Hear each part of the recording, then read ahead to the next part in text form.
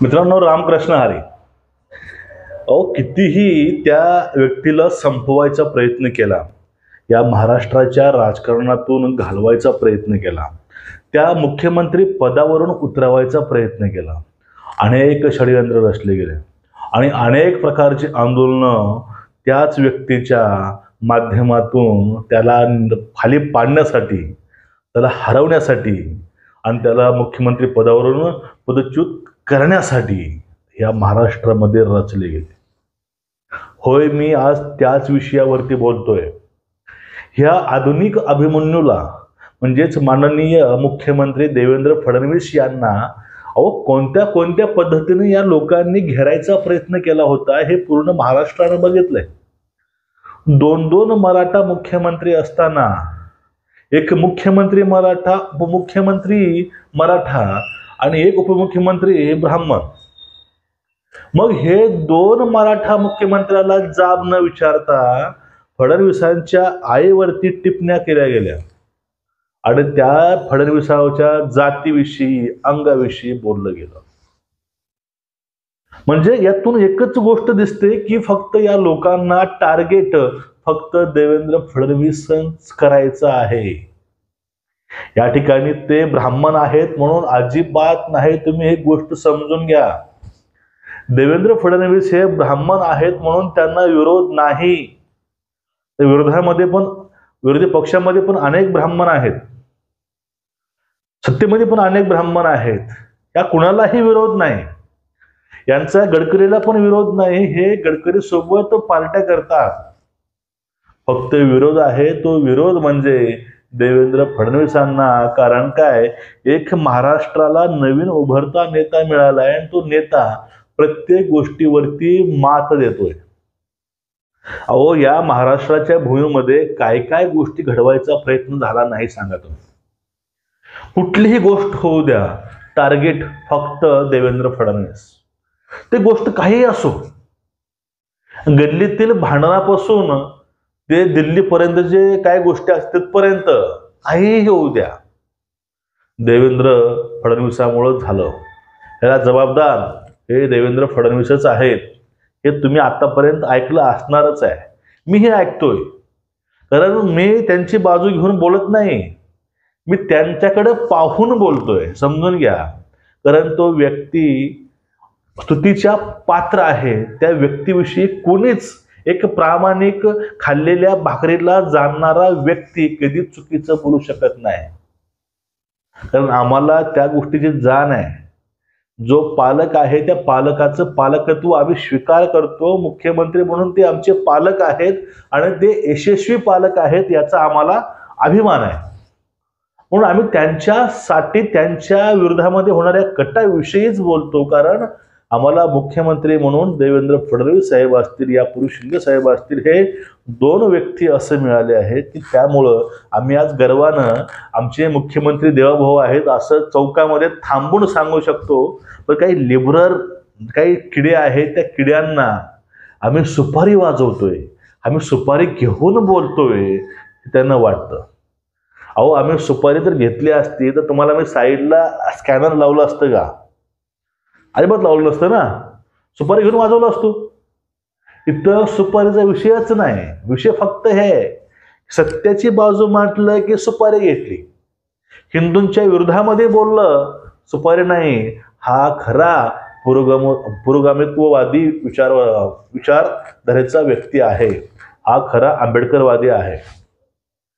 देवदेवतांना शिव्या दिल्या हा चांगला आहे, हिंदूंना शिव्या दिल्या हा चांगला आहे, ब्राह्मणांना शिव्या दिल्या हा चांगला आहे, देवाभाऊला शिव्या दिल्या हा चांगला आहे, शिंदेना शिव्या दिल्या हा चांगला आहे. खूप चांगला, अतिशय तुमची पत्रकारिता ही चांगली आहे, खूप छान आहे. पण जर सत्य मांडायचा प्रयत्न केला तर तो काय होतो, तो अंधभक्त होतो. हो, आहोत आम्ही अंधभक्त असं आम्ही खुलून सांगतो, कारण आम्हाला अभिमान आहे. मित्रांनो, असो, हा थोडासा विषय वेगळा झाला.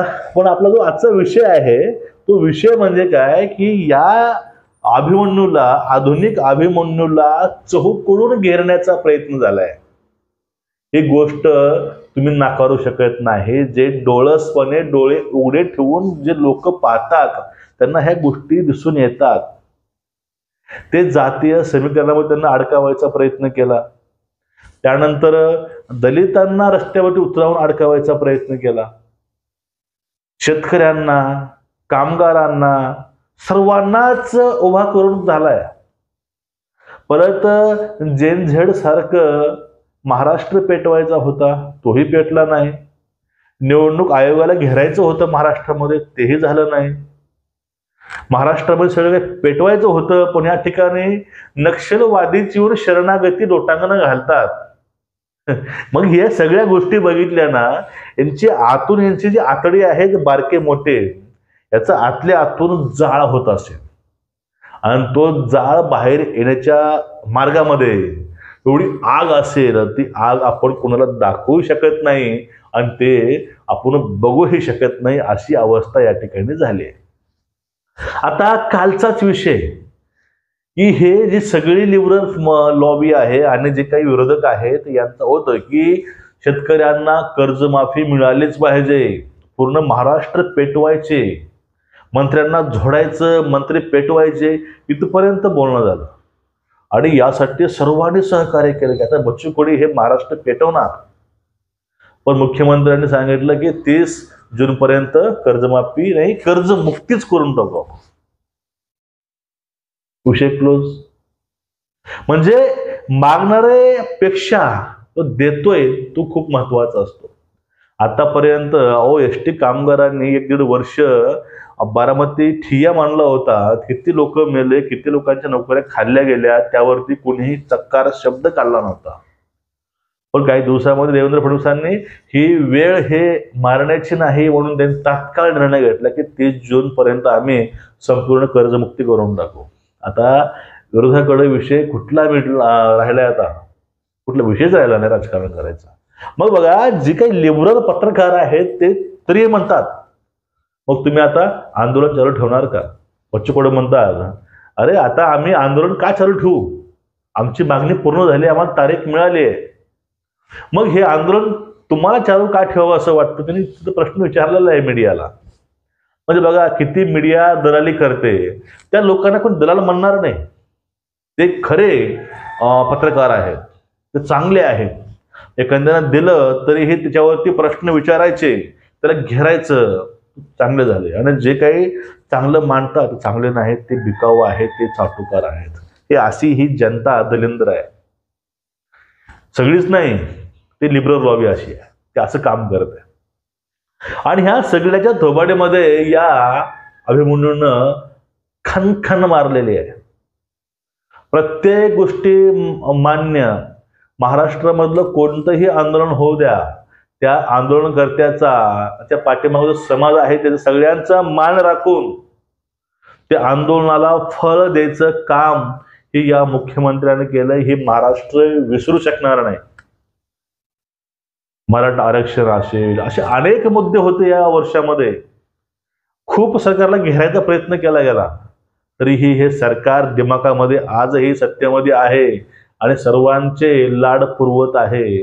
हे लाड पुरवायचे काम फक्त एक पालकच करू शकतो आणि ते मुख्यमंत्री म्हणून पालकत्व फडणवीसांनी घेतलंय. हे गोष्टी आपल्याला मान्य कराव्याच लागतील, इच्छा नसताना.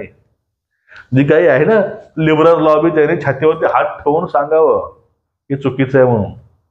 त्यांचा आतला जो अंतरात्मा ते सांगत असेल की आपण त्यांच्या सोबत आहोत, आपण जे विचारधारा पुढे पुढे करतो ते खरंच महामूर्ख आहेत आणि त्यांनी खरं आपल्याला लुटून खाल्लंय, हे तुमचं अंतर्मन तुम्हाला सांगून जाईल. बरोबर आहे ना? मग आता काय झालंय, हे जे विरोधक आहेत ना, उद्धव साहेब असतील, काँग्रेसवाले असतील, काका असतील, सगळी ही लॉबी जी आहे आता यांच्या पायाखाली जमीन सरकून गेलेली आहे. आता नेमका मुद्दा कुठला मांडायचा, आता कुठला मुद्दा उरलाच नाही, आता मुद्दा नेमका आणायचा कुठला, हा एकूणच प्रकरण मित्रांनो असं आहे. हे सोपं वाटतंय पण हे सोपं नाही, हे लोकांना कळलं पाहिजे. आणि मी त्यावरती एक व्हिडिओ केलाय का राहुल गांधींचा, तो खूप मोठा, म्हणजे व्हिडिओ लहानच आहे पण त्या व्हिडिओची उंची खूप मोठी आहे. त्यामध्ये आपण असे काही सबूत आणि प्रूफ आणलोय, त्यामध्ये राहुल गांधीला आपण एक्सपोज केलोय. जाऊन तुम्ही ते पाहून घ्या आणि हा व्हिडिओ जास्तीत जास्त लोकांपर्यंत शेअर करा. मित्रांनो, उद्या भेटू परत. तोपर्यंत सर्वांना रामकृष्ण आणि नमस्कार.